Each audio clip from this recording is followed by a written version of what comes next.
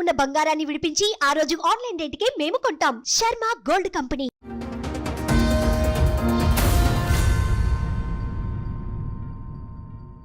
నా పేరు జ్ఞానేశ్వరమ్మ, శ్రీరామోజు జ్ఞానేశ్వర్.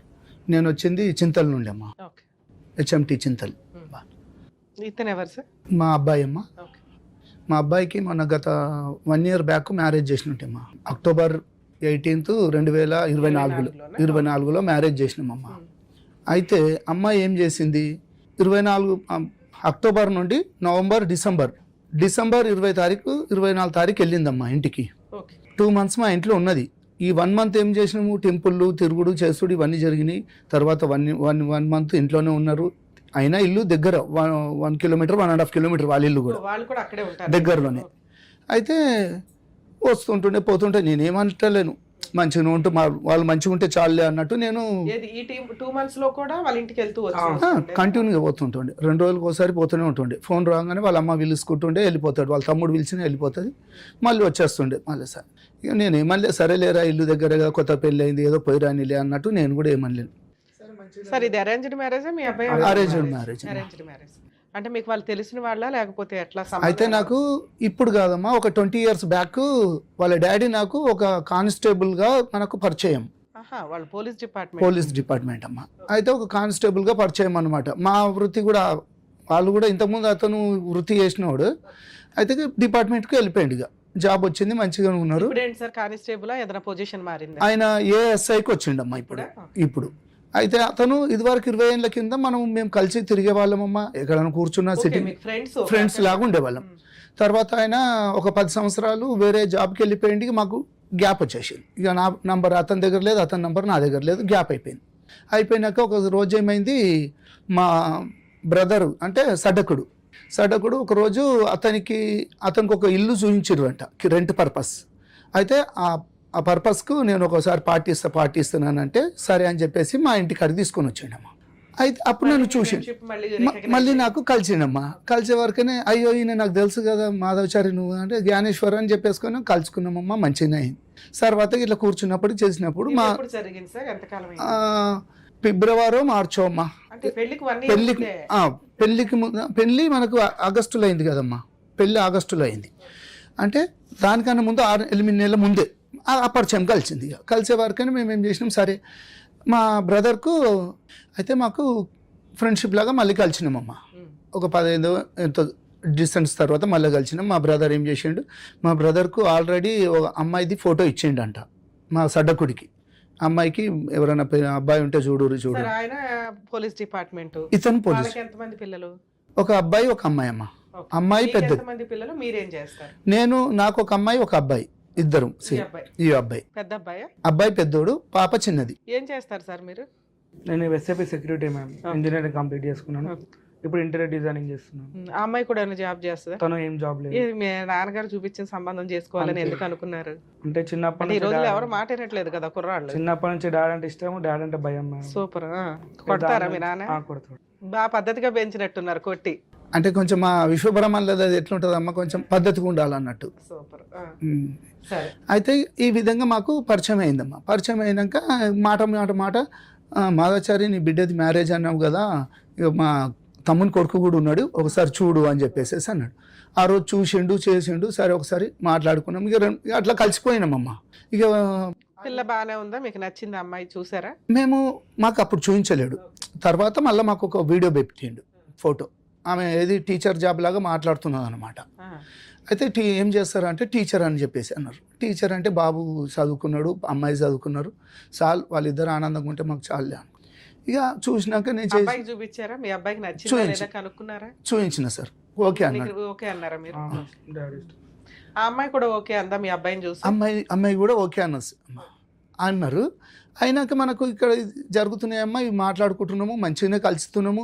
ఈ 6 months 8 months లోపల మాకు ఏమైంది, మంచిగా పరిచయం. ఆయన డే బై డే డ్యూటీ అమ్మా, ఒక రోజు పోతే ఒక రోజు ఉంటాడు. అలా నాకు ప్రతి డే బై డే ఫోన్ చేసేవాడు, కలిసేవాళ్ళము. షాప్ కాడికి వచ్చేవాడు, నాది కార్పెంటర్ పడడానికి షాప్ అమ్మ. షాప్ కాడికి వచ్చేవాడు, ఇంటికి వచ్చేవాడు, బావాదా అనేసి మేము అందరం కలుసుకుంటే ఇద్దరం ఇక కలుసుకుంటే వెళ్ళేటోళ్ళం. ఇక సర్లే ఇక నేను మంచిగా అనిపించింది. ఒకసారి ఏమన్నాడు, బావా మరి ఏంటి ఏం కథ, మరి అమ్మాయికి కూడా నేను పెళ్లి చేద్దాం అనుకుంటున్నాను, మరి ఏంది ఏం కదా అంటే నేను కూడా బాబుకి పెళ్లి చేయాలనే ఉన్నది బా, మరి ఇక మీరు చూడుర్రి ఓకే అనుకుంటుంటే మనము మాట్లాడుకుందాం అని చెప్పేసేసాను. సరే ఇక అయినాక సరే ఒక రోజు ఏం చేసిండు, కొంచెం నాకు ఎమర్జెన్సీ ఉంది, కొంచెం డబ్బులు కావాలన్నాడు. ఏంది బాబా దేని గురించి ఏంది అంటుంటే గోల్డ్ కొంచెం గిరువులో ఉన్నది, అది తీసి మళ్ళీ నీకు ఒక 10 daysలో ఇచ్చేస్తాను అని చెప్పేసి అన్నాడు. అప్పుడే బావా అనుకుంటున్నారా? అనుకున్నాడు. ఎంగేజ్మెంట్ ఏమైనా ఎంగేజ్మెంట్ అవ్వలేదమ్మా, జస్ట్ ఊరికి మాట్లాడుకుంటున్నారు. ఒక ఈ టైంలో మిమ్మల్ని అప్పు అడిగాడా? మాకు ఎట్లా అంటే కలిసిపోతున్నాం ఇక రోజు ఫ్రెండ్షిప్ లో కలవటం వేరు సార్. ఆడపిల్లని మీ ఇంటికి ఇద్దామని అనుకుంటున్నారు, ఆ మాటలు అయినాయా అవ్వలేదు? అప్పటికి ఏది అట్లా అయినాకనే నన్ను బావ అన్నాడు, ఒప్పుకుంటున్నారు మాట్లాడుకుంటున్నారు నీకు ఇద్దాము అన్నప్పుడు జోక్గా భావాన్ని స్టార్ట్ అయ్యింది. ఆ టైంలో మిమ్మల్ని అప్పు అడిగాడమ్మా. అంటే నాకు ఏమన్నాడు అంటే గోల్డ్ కొంచెం అంత గిరువు ఉన్నది, పెళ్లి టైంకి ఇడిపించాలి వస్తుంది, అది నేను పెట్టి మళ్ళీ మళ్ళా పెట్టేసి నీకు ఒక 10 daysలో నీకు రిటర్న్ చేసేస్తాను అన్నాడు. అంటే నేనన్నా అంతగానో డబ్బులు అంటే నా దగ్గర లేవు బావ అది ఇది అంటే, నువ్వు ఎట్లైనా ట్రై చేయి, నీ గురించి నాకు తెలుసు కదా, ఇంతగానో తిరుగుతున్నా చూస్తున్నా, నువ్వు ఒక ప్రొడ్యూసర్ లాగా సినిమా కూడా తీసినావు అది అని చెప్పేసి అన్నాడు. సినిమా కూడా తీసారు? ఒక సినిమా కూడా తీసిన. ఏది? సముద్రుడు అమ్మా, సముద్రుడు మూవీ ఒకటి సినిమా తీసినాం, కొత్త హీరో సుమన్లో కొంచెం ఇది ఉంటాడు. అయితే నేను మొత్తం నాకు 4 పార్ట్నర్స్ ఉంటాం అన్నమాట. నేను కొద్దిగా నా షేర్ కొంచెం అంత ఇచ్చినట్టు అట్లా కూడా లాస్ అయిపోయినానమ్మా. అదొక దగ్గర నాకు ఒక 50 లక్షల దాకా లాస్ పోయినా. అయితే ఆ సినిమా ఎప్పుడమ్మా అది 1920లో, అప్పుడు 21లోనేమో మొన్న ఒక 24లో రిలీజ్ అయిందమ్మా. అది 24ఏనా రిలీజ్? ఆ టైంలో మూవీని కూడా దొరకపోయి చూపించిన. సో మీరు ప్రొడ్యూసర్ రేంజ్ లో ఉన్నారు కాబట్టి కొంచెం గిట్టుబాటు అవుతుందిలే అనుకున్నాడు ఆయన కూడా. ఫైనాన్షియల్ గా మంచిగా ఉన్నాడు. అడిగారండి అప్పు? నాకు ఒక 5 lakhs అడిగిండమ్మా. ఇచ్చారా? 5 lakhs అడిగితే నేనన్నా ఫస్ట్ నా దగ్గర అంత డబ్బు లేదు బావ, నాకు దగ్గర ఒక 2 లక్షలు ఉన్నాయి బ్యాంకు, సినిమాకి పెట్టున్నారు ఆల్రెడీ పోయింది, అదంతా ఇది అయిపోయింది కదా అంటే, నువ్వు ఎట్లా చేసి ఇస్తావు, నాకు ఇది చేస్తావు అంటే నీకు 1 week 10 daysలోనే ఇస్తాను అంటే నేనేం చేసిన మా ఫ్రెండ్స్ వాళ్ళని కనుక్కొనేసేసి నా దగ్గర కొద్దిగా ఉండే అది ఇది చేసేసి ఆయనకు ఒక 5 లక్షలు, నేను ఒక 3 lakhs ఏమో మన బ్యాంకుకి ఇద్దరం పోయి ఉన్న 3 lakhs ఆయనకు ట్రాన్స్ఫర్ చేసిన, మళ్ళీ ఒక 2 లక్షలు క్యాష్ ఇచ్చిన. ఇవి తీసుకొని వెళ్ళి అదే రోజు బ్యాంకుకి వెళ్ళిండమ్మా. అది మా దగ్గరనే ఉంటుంది ఇండియన్ బ్యాంక్. ఆ బ్యాంకులో వెళ్ళిండ్రు, అబ్బాయి వాళ్ళ కొడుకు ఇతను ఇద్దరు వెళ్ళారు. నన్ను రమ్మన్నాడు, నేను రాను, మీదేముందో లావాదేవీలు ఏముందో చూసుకోరి, నేను కిందనే ఉంటానని చెప్పేసి కింద బయట కూర్చున్నానమ్మా. వాళ్ళు పోయారు, ఒక గంట సేపు ఆడ ఏం జరిగిందో చేసుకున్నారు, వచ్చేసారు. వచ్చినాక మంచిగా కలిసినాం పోయినాం. ఇక ఎప్పుడైనా ఎమర్జెన్సీ అంటుంటే బావ నాకు ఒక 50,000 ఇక్కడ కొంచెం ప్రాబ్లం. ఎంత ఇచ్చారు ఇప్పటికి? నేను దగ్గర ఒక 5 lakhs కాకుండా ఇంకో 2-3 లక్షల దాకా అవి ఫోన్ పేలలో చేసినాం. ఫోన్ పే పెళ్లికి ముందు పెళ్లి తర్వాత కూడా కంటిన్యూ అయింది? పెళ్లికి ముందు కొన్ని అయినాయమ్మా, 5 lakhs అయినాయి, మళ్ళీ కొన్ని అయినాయమ్మా ఫోన్ పే ద్వారా. అది నాకు డేట్లతో సహా మన ఫోన్ పేలో ఉన్నాయమ్మా. అయితే పెళ్లి అయిన తర్వాత అంటే పెళ్లికి ముందు అల్లుడు వాళ్ళ నాన్న దగ్గర నుంచి అప్పు తీసుకుంటూ వచ్చాడు, హ్యాండ్ లోన్ అని కానీ లేకపోతే ఫ్రెండ్షిప్. ఇక మంచిగానే మేము ఇద్దరము మంచిగా కూర్చునే వాళ్ళమమ్మా.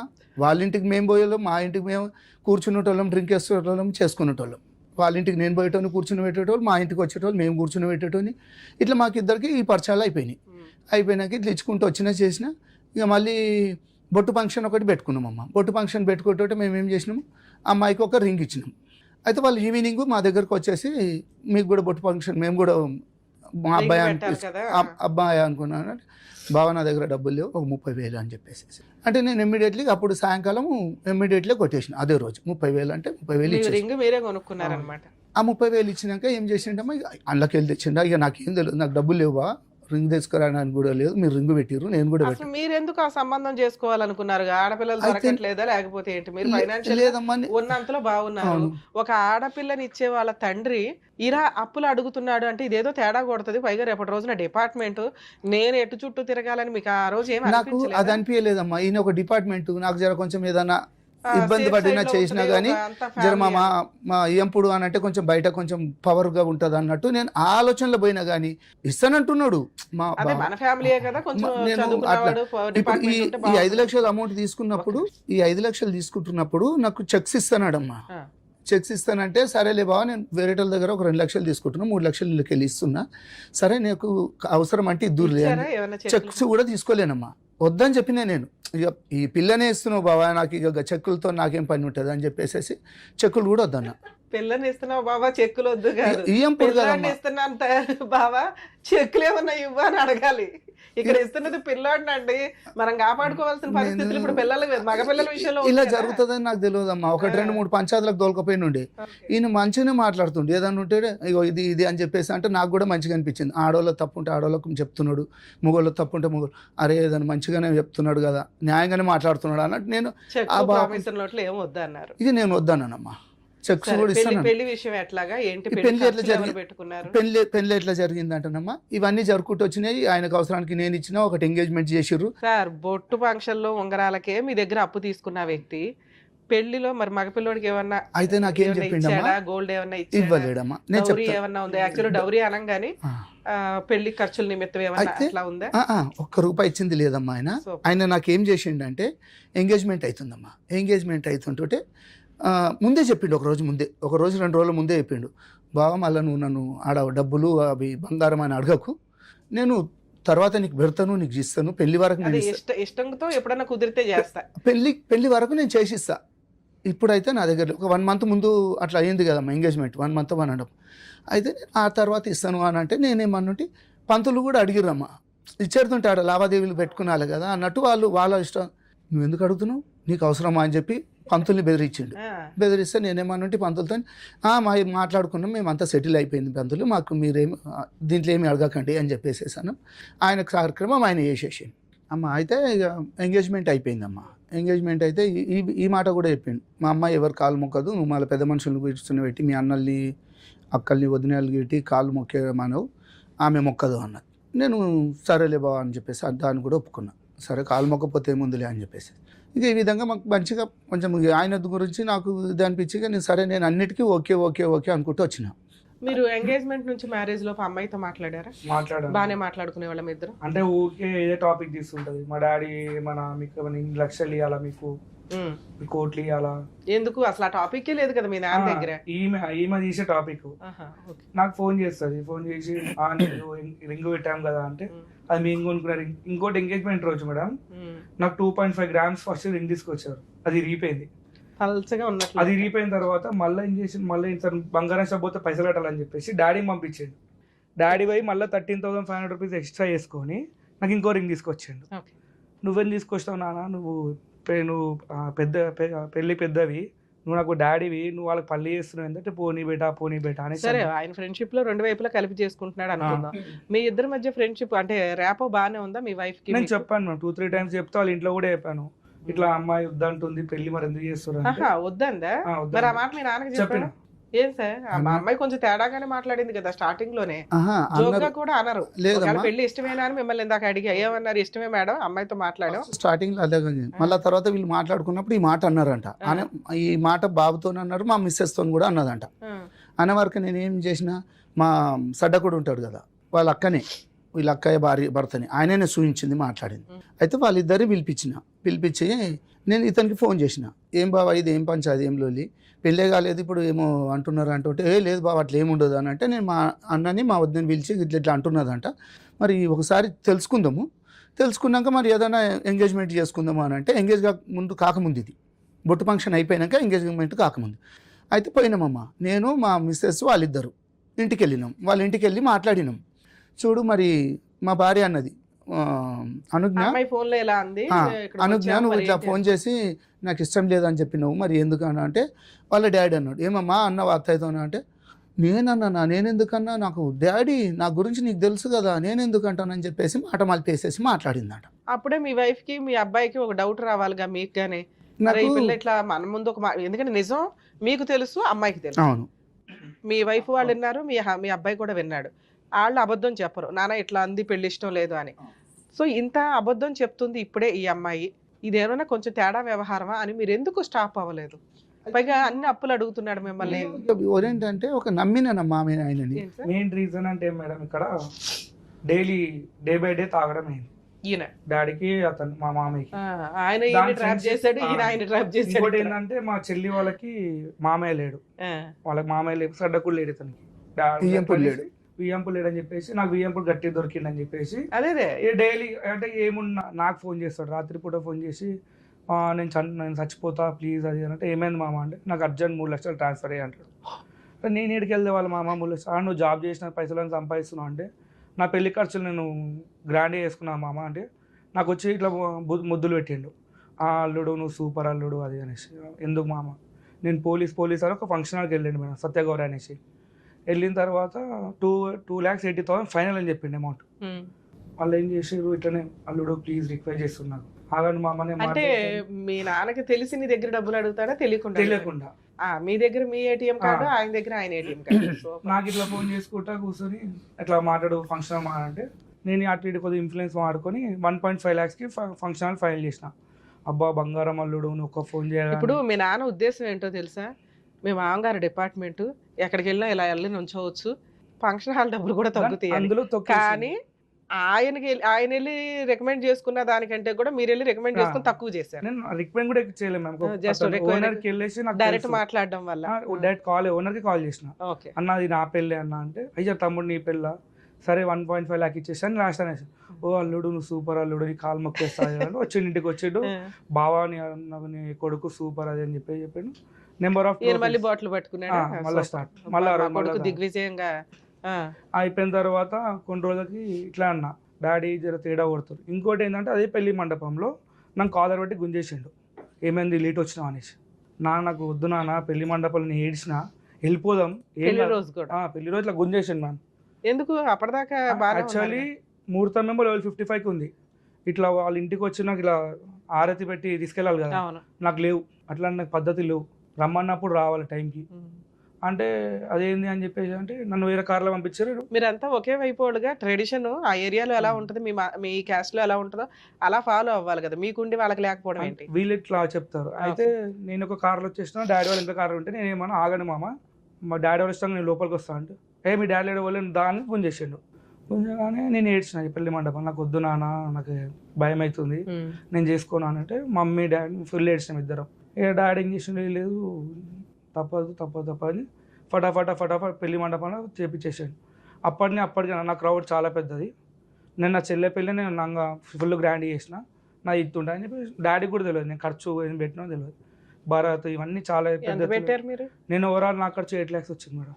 నాది అంటే నా వీడియోస్ ఉన్నాయి మీకు ఇచ్చి పెడతా. వాళ్ళు కూడా వచ్చి నా కాలు మొక్కిరు, అబ్బా ఇంత పెద్ద గ్రాండ్గా చేసినావు భరత్ అంటే ఇట్లా పోల్ లైటింగ్ ఉంటాయి కదా మేము పెద్దవి అవన్నీ పెట్టి డాడీ కూడా తెలియదు అవన్నీ అంతగా గ్రాండ్గా చేసుకున్నా. ప్రీ వెడ్డింగ్ చేసుకున్నాను, ప్రీ వెడ్డింగ్ కూడా నేను ఏం ఖర్చు పెట్టినా అడగలేను నాకు. అంటే వీళ్ళిద్దరే డైలీ తాగుడు అది దేనికి చేసుకుంటున్నావు ప్రీ వెడ్డింగ్ అట్లా ఏం లేదు, ఫోటోగ్రాఫర్ ఇవన్నీ పెద్ద తీసుకున్నాను అన్నీ చేసుకున్నాను. పెళ్ళైన 2 రోజులకి లొల్లి స్టార్ట్. ఫస్ట్ నైట్లు జరిగినాయి అర్థం కాలేదు. కోఆపరేట్ చేసిందా ఫిజికల్ గా కొద్దిగా ఫస్ట్ స్టార్ట్ చేసింది, అందులో ఏడవడం స్టార్ట్ చేసింది.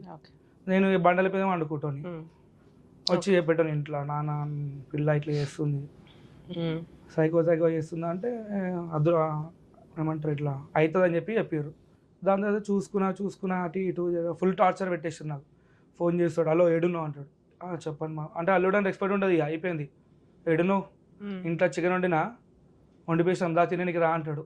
అరే ఇదేంది మన డాడీ ఇట్లా పిలుస్తుండు అంటే వాళ్ళకి పద్ధతి అంటాడు. అరే పద్ధతి ఒక అల్లుడిని నేను ఇంటికి కోసం నాకు వాల్యూ అంటే వచ్చినావా నమస్తే కూర్చో అంటాడు. ఇంటికి పోతే మళ్ళీ ఇంకొకటి కొత్త పెళ్ళి అయింది మేడం, ఒక రూమ్ అని ఇయ్యాడు మేడం, ఆమె వాళ్ళ వండుకుంటుంది, నన్ను ఇంకో ఈ రూమ్లో వండి పెడతారు. వాళ్ళిద్దరు కొత్త పెళ్ళి అని చెప్పేసి వాళ్ళిద్దరు ఆ రూమ్లో ఉంటారు. నేను వాళ్ళ ఇంటికి పోతలే అంతే కదా. నేను చేడ్చిన ఏంది నాన్న ఈ కర్మ నాకు ఇంత మంచి లైఫ్ నాకు నాశనం చేసిన నన్ను వద్దొద్దు అన్న కూడా ఆగలేవు నువ్వు అంటే ఏమైనా మంచోడు అనుకున్నా ఇక రాత్రి పూట 1 o'clock 2 o'clock ఇలా ఫోన్ చేసి నాకు అర్జెంట్ 1,00,000 రూపాయలు నాకు అర్జెంట్ 30,000 అంటాడు. అది ఊరికే పైసలు అడుగుతుండు. మ్యారేజ్ అయిన తర్వాత ఏమన్నా మీరు ఇచ్చారా మీ నాన్నకి తెలియకుండా? నేను ఇవ్వలేము, నేను ఏమన్నా డాడీకి చెప్పేస్తాను. మీ నాన్నకి తెలిసి ఎంత ఇచ్చారు? నేను అంతే డాడీ అమౌంట్ తీసుకొచ్చి మళ్ళీ ఇచ్చేస్తాను అంతే. అంటే నా పేరు చెప్తాడు డాడీ కొడుకు దగ్గర. సరే అమ్మాయి ఎప్పటిదాకా మీతో కాపురం చేస్తుంది? October 18th పెళ్ళి అయింది. అటు ఇటు పోయేసరికి December 17th రోజు December 15th నుంచి ఆమె కడుపున వస్తుందని చెప్పారు మేడం. అయితే నేను ఇంట్లో అయిపోయి నేను ఆఫీస్కి వెళ్ళిపోయినా, హాస్పిటల్కి తీసుకెళ్ళినా. మమ్మీ తీసుకెళ్ళిన తర్వాత ప్రెగ్నెంట్ కన్ఫర్మేషన్ వచ్చింది. వాళ్ళు ఏం చేశారు అంటే రాలేరు మేడం, వస్తున్నా రాలేరు. నాకు కన్ఫర్మేషన్ ప్రెగ్నెన్సీ కన్ఫర్మేషన్ అయింది. ఆమెకి అప్పుడు డేట్ రాలేనప్పుడు వచ్చింది, డిసెంబర్లో అయింది. అయితే నేనేం చేసిన, నేను వాళ్ళకి ఫోన్ చేసుకున్నా, మామయ్య మీరు తాత అవుతారు అనేసి. హ్యాపీ లేదు వాళ్ళకి ఫేస్, అర్థమైంది. నేను ఒకటే మాట, నేను వాళ్ళ ఇంటికి పంపా డాడీ అనేసి అన్న. లేదు పద్ధతి ఉంటుంది, వాళ్ళ ఇంటికి పంపాలంటే ఆ బాధ వాళ్ళకి ఏమైనా అయితే నువ్వే బాధ తీసుకుంటావు డాడీ అనేసి అన్న. డిసెంబర్ 25th రోజు వాళ్ళ ఇంటికి వెళ్ళింది మేడం. వస్తలేదు, నేను ఫోన్ చేసి వస్తలేదు. కరెక్ట్ మళ్ళీ జనవరి 7th 8th రోజు నాకు ఫోన్ చేసి ఇట్లా హార్ట్ బీట్ లేదు, నువ్వు ఎవరు చెప్పకు అని చెప్పేసి వాళ్ళ ఇంట్లో ఫోన్ చేసి. నేను హైటెక్ సిటీ రోడ్ మధ్యలో ఉండేసి నేను ఏడ్చుకుంటా మా డాడీకి ఫోన్ తిట్టేసిన, నువ్వు ఎట్లా డాడీ అయినా నాకు తండ్రి. సరే మీరు కూడా వెళ్ళి మెడికల్ గా నేను వస్తాను మావయ్య అని వెళ్ళి చూడొచ్చు కదా, వెళ్ళినా నిజంగా వీళ్ళు చెప్తున్నది నిజమా కాదా అని. వెళ్తేనే నన్ను ఊకేసారు మేడం హాస్పిటల్ నుంచి. ఎందుకని? ఆ హాస్పిటల్ నుంచి నేను అడిగిన రీజన్, అంటే ఒక రీజన్ ఉంటుంది కదా, అవును ఎందుకు పోయిందో రీజన్ ఉంటుంది. ఇప్పుడు చికెన్ తిన్నందుకు పోయిందా అని, హార్మోన్స్ వల్ల. లేదు ఈ టైంలో హార్ట్ బీట్ లేదని చెప్పి నన్ను డోర్ పెట్టేసి వెళ్ళిపోయింది డాక్టర్. అది మ్యానిపులేట్ చేసింది డాక్టర్ని నీలోఫర్ హాస్పిటల్లో. నేను పొద్దున్న రమ్మంటే 10 o'clock రమ్మంటే 10 o'clock రెడీ వెళ్తున్నా. ఆ రిపోర్ట్స్ తీసుకొని మీరు సెకండ్ ఒపీనియన్కి వెళ్తే తెలుస్తుంది కదా. నేను అడిగినా మ్యామ్, రిపోర్ట్స్ కూడా ఇవ్వలేరు. నేను రిపోర్ట్లు అడిగినా, మళ్ళీ నేను ఫైట్ చేసిన, ఒక 4 months నేను ఫైట్ చేసి మళ్ళీ ఏప్రిల్ తను తెచ్చుకున్నా. ఎందుకంటే నా లైఫ్ అంటే నేను ముందు డాడీ చెప్పిన, నేను 100 మంది దగ్గరికి వెళ్తాను, నాకు నా పిల్లం కావాలని చెప్పేసి నేను ఫైట్ చేసి తెచ్చుకున్న 4 days మళ్ళీ వెళ్ళిపోయింది. నాకు కడుపు నొస్తుంది. కరెక్ట్ 2:30 కడుపు నొస్తుంది అంట మేడం రాత్రి. నేను 2 o'clock ఇంటికి వస్తాను, 2:30 కడుపు నొప్పి స్టార్ట్. ఎందుకు వస్తుందని మళ్ళీ హాస్పిటల్ తీసుకెళ్ళినా, అన్ని టెస్ట్లు చేపించినా ఏం లేదు, నెగిటివ్ మొత్తం. అరే ఏంది ఇంతగానం చేస్తున్నా, నాకు ఇది ఏం టార్చర్ అని నేను బండలపైన వండుకుంటాని పంపించేసిన ఇంటికి. వాళ్ళు వెళ్ళిపోయారు, కొట్లాడి వెళ్ళిపోయారు. మళ్ళీ వస్తలేదు. అమ్మా ఇలా జరిగిపోయినాక మ్యారేజ్కి ఏం చేసిండ్రమ్మా, మ్యారేజ్ పప్పన్నం పెట్టమని చెప్పినామమ్మా. ఏది ఎంగేజ్మెంట్లు అయిపోయినాయి, ఇవన్నీ అయిపోయినాయి. వాళ్ళు చెప్పిన దానికి నేను ఒప్పుకుంటూనే ఉన్నా. సరే ఇలా కాకపోతే రేపు పొద్దున ఒకటే అన్నాడు, నాది మళ్ళీ నెక్స్ట్ ఒక 4-5 సంవత్సరాలు అయితే నాది రిటైర్మెంట్ అవుతుంది బావ, నాకు పైసలు కూడా వస్తాయి. ఇందులోకి వెళ్ళి ఇచ్చింది బంగారం అమ్మాయి పేరు మీద ఒకటి పెట్టిండమ్మా. అది గోల్డా రోల్డ్ గోల్డా నేను ఇంతవరకు అడగలేను, చేయలేను, నాకు అవసరం లేదు. అమ్మాయికి పెట్టుకున్నాడు, నేను అడగలేను. సరే ల్యాండ్ ఇస్తాను అన్నాడు కదమ్మా. నేను పెళ్ళి కాక ముందు నుండి నేను అడుగుతున్నా, బావ ఒకసారి ల్యాండ్ చూసి వద్దాం అమీన్పూర్లో ఉన్నది అన్నాడమ్మా. అయితే ఆ ఆడ ల్యాండ్ లేదమ్మా, డాక్యుమెంట్స్ ఉన్నాయి కానీ ల్యాండ్ లేదు. అయితే ఇది ఎప్పుడో కొనుక్కున్నారంట వాళ్ళకు, ఈ రియల్ ఎస్టేట్స్ వాళ్ళు వాళ్ళకు డబ్బులు ఇవ్వకపోతే మళ్ళీ వాళ్ళే ఆప్కో చేసుకొని అదంతా అడగడం వల్ల వాళ్ళు ఏమైనా అలిగి గొడవ పడ్డారా? అది నేనేమన్నుంటి. అయితే ఏంది బావ ఈడ జాగలేదు ఏం లేదు, మొత్తం బాండరీలు కట్టేసుకోరు. బాండరీ కట్టుకున్నాడు. నేను లోపల పోనీకే ఒక గేట్లోకి వెళ్ళి పోయినాం. 2వ గేట్ ఉన్నది ఇంకో లోపల. ఆ గేట్ లోపల కార్ పెట్టుకున్నాము, పోయి తిరిగితే దీన్ని ఇంకొకటి బావ ఆడున్నది బావ ఏడున్నది బావ అంటే, ఏడున్నది బావ జాగా అనేది ఎక్కడ కనీసం లేదా అని అంటే, ఇంకొక దగ్గరికి వెళ్ళి వస్తుంది. ఏది లేదు బావ, ఇదంతా ఆయనకు డబ్బులు ఇవ్వని పక్షంలో ఇదంతా పోయిందంటే నేను ఆల్రెడీ ఇక్కడ ఊరోళ్ళని కూడా కనుక్కునే వారికని ఇట్లా జరిగింది అన్నాడు. సరే వారికని మీరు పెళ్లిలో ఏమన్నారంటే, ఏం పెట్టుకుంటావు బావా మీకు అమ్మాయికి పెట్టుకో, మాకేం అవసరం లేదు, నాకు వద్దు, పిల్లకి ఒక ల్యాండ్ ఉంది అది పెడతాము, ఒక గోల్డ్ పెట్టుకుంటాము. గోల్డ్ ఏం పెట్టారో కూడా మీకు తినగా తెలియదు, ఎందుకంటే ఆ పెళ్లిలో మీతో ఏదో చూపించలేడు కూడా నాకేం. ఆ ల్యాండ్ ఏదైతే ఉందో వీళ్ళ దగ్గర డాక్యుమెంట్లు ఉన్నాయి తప్ప అటువంటి పొజిషన్ గానీ కడీలు వేసి గానీ లేకపోతే ఏమి గానీ అక్కడ ఏమీ లేదు. అది కూడా ఫేక్. ఇది ఈ ల్యాండ్ ఇప్పుడు చూపిస్తున్న ల్యాండ్ లేదు కదమ్మా, దాని డాక్యుమెంట్స్ కూడా నాకు పంపించిండు. దాన్ని ఏం చేసిండు, నీ పేరు మీద రిజిస్ట్రేషన్ చేస్తా, నువ్వేం చేస్తావు, నేను డాక్యుమెంట్లు మాత్రమే ఉన్నాయి, అక్కడ స్థలం లేదు, దాన్ని పెట్టి నా ఈ ఎవిడెన్స్లు అడిగిండమ్మా. నీ పాన్ కార్డు నీది అవి ఉంటే ఐటీలు ఉంటాయి, నువ్వు కడుతుంటుంటావు బాబా, నాకు అవి ఇచ్చేసాయి, నేను బ్యాంకులో నేను లోన్ తీసుకుంటాను అన్నాడు. అయితే నేనేమన్నుంటి, ల్యాండ్ నాకు నా పేరు మీద లేనిది నేను ఎట్లా నీకు బ్యాంక్ నా పాన్ కార్డు అవన్నీ పెట్టమంటే నేను పెట్టలేను. ఒక వారం రోజులు ఫేక్ అవుతుంది కదా సార్. రేపు రోజున నాకు ఎవరైనా లోన్ ఎట్లా ఇస్తారండి, పొజిషన్ చూసి ఇస్తారు, అక్కడ పొజిషనే లేదు, ఆయన ఇన్ఫ్లుయెన్స్ వాడుకొని తెచ్చుకుంటాను అనుకున్నాడు. ఒకవేళ మేనేజ్ చేస్తే ఏమయ్యేదో తెలుసా, మిమ్మల్ని లోపల నన్ను వేస్తారు. అది నాకు తెలిసిపోయింది. నేనేమన్నుంటి, నేను పెట్టలేను.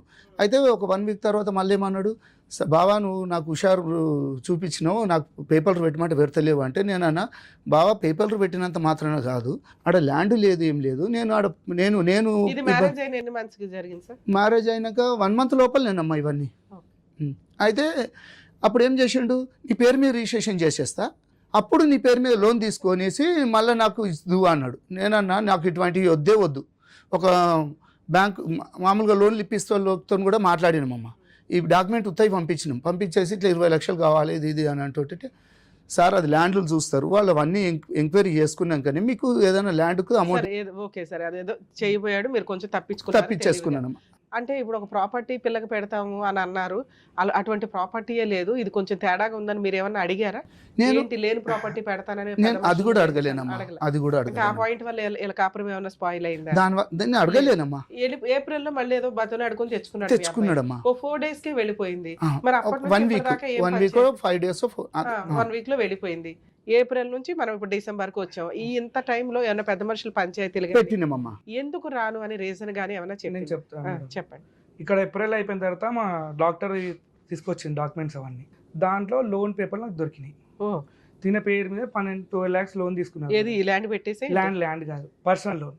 వాళ్ళ తమ్ముడు కొద్దిగా జాబ్ చేస్తుందా? జాబ్ ఏం చేయదు, వాళ్ళ తమ్ముడు కొద్దిగా ఫ్రాడ్ మేడం. అంటే ఆమెకి ఒక 6 months 1 year నుంచి శాలరీ ఇస్తారు ఆమెకి. ఒక కంపెనీ రొటేషన్ చేసుకుంటే ఫేక్ డాక్యుమెంట్ నుంచి లోన్ అతనికి శాలరీ ఇస్తుంది తనకి. నేను అప్పటికి తన ఫోన్ పట్టుకొని నేను పట్టుకోలేను. నా ఫోన్ చెక్ చేస్తుంది, ఏమేమో చూస్తుంటుంది. నేను అంటే నాకు ఏం లేదు, ఫుల్ ఫ్రీ అనేసి నేను పట్టించుకోడు. దాని తర్వాత లోన్ ఎందుకు తీసుకున్నావు అని నేను అడిగాను. నువ్వు ఎవడు రా అంటున్నాను ఫోన్ చేసి. నువ్వు ఎవడు రా అంటే మామ నేను హస్బెండ్ని, నాకు తెలియకుండా నువ్వెవడు లోన్ తీసుకొని నేను తిట్టేసినాను. తిట్టాను. వాళ్ళ తమ్ముడు ఇన్స్టాల్మెంట్లు ఎవరు కడుతున్నారు? వాళ్ళే కడుతున్నారు. వాళ్ళ తమ్ముడు ఫోన్ చేసి నువ్వు ఎవడు బా నువ్వు కడుతున్నావు మా అక్క మీద లోన్ అంటే, అరే దొంగలకి ఎందుకు తీసుకోర్రా ఫ్రాడ్, ఒక హస్బెండ్ తెలియకుండా అట్లా తీసుకుంటావు అని అడిగాను. అంటే నువ్వు ఎవడివే అని తిట్టింది. నువ్వు ఎవడరా నేను రాసి తిట్టేసిన. నేను ఆ మూమెంట్లో ఏమైపోయిందంటే ఈ స్పాన్లో నాకు కొద్దిగా ఉండలేదు, వైఫ్ ఉండలేదు అని ఇంట్లో అందరు ప్రెషర్తో నేను కొద్దిగా డ్రింక్ ఎక్కువ అయిపోయింది నాకు, అంటే మెంటల్ ప్రెషర్కి. ఆ డ్రింక్లో ఏమైపోయింది, వాళ్ళకు నన్ను తిట్టడం చేసడం స్టార్ట్ చేసి. రికార్డ్ చేసుకున్నారా మీరు తిట్టేవన్నీ? అది కూడా డాడీది ఉండే రికార్డింగ్ మొత్తం. ఇది సంసారం పంపివా, ఒక 1 month గురించి మేము పెళ్లి చేసినామా అని ఫుల్ తిట్టుకున్నాం. ఇక రాదు మేడం, నేను ఫోన్ చేసి అడుగుతా ఎందుకు రావు. ఒక ఫంక్షన్కి వెళ్తుంది, వాళ్ళ బెస్ట్ ఫ్రెండ్ ఫంక్షన్కి వెళ్ళి గలీజా రెడీ అయిపోయింది. నీకు ఓపిక లేదు అన్నప్పుడు నువ్వు అరౌండ్ 50 kilometers ట్రావెల్ చేసినా అప్పుడు నీకు కడుపు నొప్పి రాలేదా అని అడిగిన. మళ్ళీ అక్కడనే 1 day స్టే చేసి ఏప్రిల్ తర్వాత ఎందుకు పోయినావు, నీకు కడుపు నొస్తుంది. పెద్ద మనుషుల పంచాయతీలు ఎప్పుడు జరిగినాయి సార్? 2 times అయింది. ఎప్పుడు? ఇంట్లో అయింది, దాని తర్వాత మా గుడిలో అయింది మేడం. లాస్ట్ గా జరిగి ఎంతకాలం అయింది? అరౌండ్ ఒక 4-5 months అవుతుంది. 4-5 months లో ఆ రోజు ఏం జరిగింది? రీజన్ ఏం లేదు, నాకు వద్దు. వద్దు అంటే ఒక మగపిల్లని పెళ్లి చేసుకొని బాగా అకౌంట్ లో డబ్బులు తీసేసుకొని వద్దు అనడానికి రీజన్ అంటే మీరు డౌరీ హెరాస్మెంట్ చేశారా, ఫిజికల్ హెరాస్మెంట్ చేశారా, బూతులు తిట్టారా, ఇంకా కట్నాలు తెమ్మని హెరాస్ చేశారా? వీటిలో ఏదో ఇక్కడ కాన్సెప్ట్ ఏంటంటే, నేనంటే వాళ్ళకి ఫోన్ చేసి నేను వాళ్ళకి ఏమన్నా అంటే, మామ ఊకే అమ్మాయి వస్తలేదు నా ఇంటికి, నాకు ఇల్లు ఇప్పాను మామ, నేను మీతో ఇల్లు రికం వచ్చేస్తా అని చెప్పి చెప్పేసిన. ఆ మాటను పట్టుకొని ఏం చేశారు అంటే, వీళ్ళు ఇల్లు అడుగుతున్నారా వచ్చి వీళ్ళ మా డాడీ రిటైర్మెంట్ పైసలకి వీళ్ళ అడుగుతున్నాడు అని చెప్పి చెప్పాను. నేను ఆ అన్న మాట ఎందుకంటే, అయినా 1 yearలో తిప్పి కొడతాం 1 month ఉంది మేడం, నేను ఇక్కడ ఉండాలి. ఇప్పుడు నేను 4 గోడలు అయితే ఉండలేను. ఒకప్పుడు సింగిల్ అంటే నేను బతికేటోని. నా బయట 100 మంది అడుగుతున్నారు, ఏది మేంద్రా, మా చెల్లి ఏది, మా వదిన ఏది, మా పిన్ని ఏది, మా అత్త ఏది అంటే ఏం చెప్పుకోవాలి. ఆ విషయంలో నేను ఉన్నా. దాని తర్వాత ఏం చేసింది, నీ చైన్ బాగుందని చెప్పి చైన్ మెడలకి వెళ్ళి చైన్ తీసుకొని మా మెడలు వేసుకుంది. ఏమండి ఇలా రింగు పెట్టుకోవాలా అంటే, సరే పెట్టుకో, నీకు సైజ్ సరిపోదా అంటే, నాకు ఈ బొటనవేలుకి వస్తా అనేసి నా ఎంగేజ్మెంట్ రింగ్ ఆమె పెట్టుకుంది. ఎందుకు పెట్టుకుంటున్నావు ఇవన్నీ అంటే, తెల్లారి కథం వెళ్ళిపోయింది మేడం. అరౌండ్ డేస్కి వెళ్ళిపోయింది. వెళ్ళిపోయిన తర్వాత ఏమంటారు, నేను ఫోన్ చేసిన నా తీసుకుపోయినామంటే, మా డాడీ పెట్టినా అంటది. అరే మీ డాడీ ఎందుకు పెట్టింది, మా పైసలు అవి నేను కొనుక్కుని, నువ్వు నా బంగారం తీసుకొని నువ్వు అన్నిట్లో నాశనం చేస్తున్నావు ఏందని నాకు మా డాడీ ఫుల్ క్లాసెస్ అని. ఇద్దరు తెరువైన బకరాలు కూర్చున్నారు నా ముందు. ఇద్దరం కొట్టుకున్నాం, తిట్టుకున్నాం, చేసుకున్నాం. డాడీ ఇంత మోసం చేస్తున్నావు, నువ్వు ఇంతగానం ఏం చేసినావు అంటే ఇన్లేడు. ఫైనల్ గా ఏంటి సార్ ఇక్కడ దాకా రావడానికి రీజన్? మ్యామ్ అది ఏంటంటే మ్యామ్, నాకు మా పైన ఇష్టమైన FIR రాశారు మేడం. కేసు రిజిస్టర్ అయింది. ఎప్పుడు ఎక్కడ? జీడిమెట్ల PS లో రిజిస్టర్ అయింది. మా కౌన్సిలింగ్ కూడా అయింది మేడం. మాకు ఇద్దరు కౌన్సిలింగ్ అవుతుంది. అరే ఆగినా 2 నిమిషాలు. మా ఇద్దరు కౌన్సిలింగ్ అయింది. అమ్మాయి రీజన్ చెప్తలేదు ఎందుకు వద్దు మీ హస్బెండ్ అంటే. ఇద్దరు 2 times కౌన్సిలింగ్, 2 times కూడా నాకు వద్దు అని చెప్తున్నా కానీ రీజన్ చెప్తలేదు పర్టికులర్. నేను చెప్పేసినాను వస్తే నేను సంసారం చేసుకుంటా, అది మీ ఇష్టం అని చెప్పేసి నేను వచ్చేసిన బయటికి. అయితే దాని తర్వాత అక్కడ 2-3 కౌన్సిలింగ్స్ జరుగుతాయి. ఏమంది కౌన్సిలింగ్ లో ఏం చెప్పట్లా? కౌన్సిలింగ్ పెట్టారు కేటు నా పేరు మీద, మమ్మీ పేరు మీద, డాడీ పేరు మీద, చెల్లి పేరు మీద. అన్మ్యారీడ్ అమ్మాయి పేరు మీద. చెల్లి పేరు మీద ఎందుకు పెట్టారంటే, మీ సిస్టర్ మ్యారేజ్ అయింది, తనకు బాబు. ఎక్కడ ఉంటది? బోరబండ. మీకంటే ముందు మ్యారేజ్ అయిందా? నాకంటే ముందు 4 years అవుతుందమ్మా. 22 అయింది. అంటే ఏమేమి పెట్టిరు అంటే నేనంట మాకు రోజు టార్చర్ పెట్టి మిగతా కట్నం తీసుకురా, మిగతా బంగారం తీసుకురా. మిగతా ఓకే, అసలు ఎంత ఇచ్చారంట? అసలు ఏం లేదు. అక్కడేదో రాసుంటారు వాళ్ళ డాడీ అసలు ఎంత రాశారు అంటే 10 lakhs క్యాష్ రాశారు, 20 lakhs గోల్డ్ రాశారు, 20 తులాల గోల్డ్ రాశారు, సిల్వర్, అలా బట్టలు ఏమేమో రాశారు మేడం. అవి ఏం లేవు. నా దగ్గర ప్రూఫ్ ఉన్నాయని చెప్పేసి నేను సబ్మిట్ చేసిన. నేను మా చెల్ల అంట మాకు రోజు టార్చర్ పెట్టుకుంటే నా పైసలు తీసుకురా అని అడిగినానంట. మీ చెల్లి ఎక్కడ ఉందమ్మా ఇంట్లో? పాపం ఆవిడ ఉండదు కదా. వీళ్ళు అంటే కేసు స్ట్రాంగ్ కావాలని చెప్పేసి మమ్మీ అంట తను నిద్రపోతుంటే బకెట్ వాటర్ పోసి లేవు ఊడు అని చెప్పేసి అడిగినామంట. అయితే ఇంకోటి ఏమో చెప్పింది, మేము డైనింగ్ టేబుల్ మీద కూర్చోవద్దు, మేము మంచం మీద కూర్చోవద్దు అంటే మా డాడీ ఏమన్నాడు, పొద్దున్న లేచి ఇల్లుడు వాళ్ళమ్మ అంటే మా కూతురే మా సర్వెంటా. అమ్మ పెళ్ళి అయిందమ్మా, పెళ్ళి అయిన కొత్తలో వచ్చిండ్రు, మంచిగానే ఉన్నారు, అన్నిటికీ మేము అడ్జస్ట్ అయిపోయినాం. పెళ్ళి అయినా ఇంట్లోకి వచ్చిండ్రమ్మా, ఇంట్లో అయినాక అడ్జస్ట్మెంటింగ్ అయిపోయినామో అంతా ఉన్నాం. అయితే ఆమె ఇక సోఫాలలో కూర్చున్నాడు, డైనింగ్ వీటిల మీద కూర్చున్నది. అయితే నేనేం చెప్పినట్టు అంటే, సరే కొన్ని రోజులు కొత్తగా వచ్చింది కదా, మెల్లగా చెప్పుకుందాము, మనం మార్చుకుంటామని చెప్పేసి ఆయనతో కూడా చెప్పినమ్మా. నేను మంచిగా మార్చుకుంటాం, మీ దాంట్లో మీకు పద్ధతులు అనేవి తెలుస్తలేవు, మా దాంట్లోకి వస్తే మా పద్ధతులు ఇట్లుంటాయి మా అని కూడా చెప్తే ఆమె ఏం చేసింది, సరే కానీ నేనేం చెప్పినమ్మా, ఒక ఇల్లు ఉదయం లేవగానే ఆడవాళ్ళు ఏం చేసుకుంటారమ్మా, ఇక ఇల్లు ఊడ్చుకొని కొంచెం దేవునికి దీపం పెట్టుకునాలా అంటే, లేదు మామయ్య నువ్వు దీపం పెడుతున్నావు కదా, రోజు నువ్వే పెడతావు కదా అంటే, రోజు నేను పెడతానమ్మా, ఏదో ఒక రోజు పెట్టుకునాలి కదా, నువ్వు కూడా పెట్టుకున్నాను దేవునికి అంటుంటే, ఆమె దీపం ఇంతవరకు పెట్టింది లేదు, ఇల్లు ఊడ్చింది లేదు, వాకిలు ఊడ్చింది లేదు. అయితే నేను ఇదే మాట వాళ్ళ నాయనకు 10 సార్లు చెప్పినమ్మా. అంటే నువ్వు పని మనుషుల్ని పెట్టుకో అన్నాడు. నేనన్నా సరే నాకు పని మనిషి, ఇప్పుడు మా నలుగురికి పని మనిషి పెట్టుకుంటాం, వాళ్ళిద్దరు ఉన్నప్పుడు కూడా పని మనిషి పెట్టుకుంటారా? ఆమె మాకేం చేస్తుంది, నా భార్యనే మొత్తం చేస్తుంది పని అంతా, నేను పని మనుషుని పెట్టుకోను, ఆ పని మనుషులకు ఇంకొక పని మనిషి కావాలంటారు. ఇవన్నీ ఎక్కడికి ఉంటుంటాయి, మన పని మనం చేసుకున్నాను బా, ఏమన్నా డ్యూటీకి పోతుందా, ఏం చేస్తుందా, అన్నీ క్లాస్ జరిగిందమ్మా. జరుగుతుంటుంటే ఒకసారి ఇంట్లోకి వాళ్ళ అమ్మ, వాళ్ళ నాయన, వాళ్ళ తమ్ముడు కింద ఉన్నాడని మాకు తెలియదు. అయితే ఇట్లా డిస్కస్ జరుగుతుంటుంటే ఇంటలేదు చేస్తలేదు అంటుంటే ఒకరోజు పంచాయతీకి వచ్చారు వాళ్ళిద్దరు తల్లిదండ్రి మా మీదకి వచ్చి మాట్లాడుతుంటుంటే నేనన్నా, చూడు బావ ఏం పని చేయదు, ఏం చేయదు, ఇట్లనే కూర్చుంటుంది, అత్తమ్మ పని చేస్తుంటుంటే అందరు కింద మా ఆడిపడుచులు అక్కలు వాళ్ళు వీళ్ళందరూ వచ్చి కింద కూర్చొని హాల్లో సాఫ్ వేసుకొని కూర్చొని మాట్లాడుకుంటుంటే ఈమె సోఫా మీద కూర్చొని కాలు మీద కాలు వేసుకొని ఉప్పుకుంటూ కూర్చుంటుంటుంది. నేనేం చేసినట్టే అంటే ఒకసారి చెప్పినండమ్మా, అదొక్కటి తప్పే నాదిగా. నేను చెప్పిన, అమ్మ వాళ్ళందరు కింద సాపేసుకొని కూర్చున్నారు, నువ్వు ఇట్లా కూర్చున్నాడు తప్పు, నీకు కాలు నొప్పులు ఉన్నాయో మరి ఏమున్నాయో నాకు తెలియదు, మీ డాడీ అయితే సోఫాలలో కూర్చోమన్నాడు, ఒక చిన్న స్టూల్ ఉంటాయి కదా 150ది, ఆ 150 స్టూల్ వేసుకొని వాళ్ళ పక్కన కూర్చోమ్మా, నేనేమన్నాను, అందరు కాళ్ళకి నువ్వు పైన కూర్చుంటివి, వాళ్ళేమో అత్తమ్మ మీ ఆడబిడ్చు వీళ్ళందరేమో కింద కూర్చుంటున్నారు అని చెప్పడం అది తప్పు అయిపోయిందట నాకు. అంటే ఇక నేనేమనలే, సపోర్ట్ అదొక్కటే మాట అన్నమ్మా. అంటే ఆమె ఏం చేసింది, లెగిసింది, లోపలికి వెళ్ళిపోయింది, బెడ్రూమ్లోకి వెళ్ళిపోయింది. ఈమె కూడా చెప్తుందంట, కొంచెం పద్ధతులు మీ వేరే ఉన్నాయి, మావి వేరే ఉన్నాయి, కొంచెం మామయ్య వచ్చినప్పుడు కొంచెం లేచి నీ రూమ్లో కన్నా పో, లేకపోతే మామయ్య లేచినప్పుడు కొంచెం బయటకు వెళ్ళి వచ్చినప్పుడు లేసైనా కూర్చొని కొంచెం మంచి ఏదో ఒక పద్ధతి ఉండాలి అని చెప్పేసి చెప్తుంటే ఏ పని చేయలేదు. సరే అన్నిటికీ అడ్జస్ట్ అవుతుకుంటూనే వస్తున్నాయి 2 నెలలు.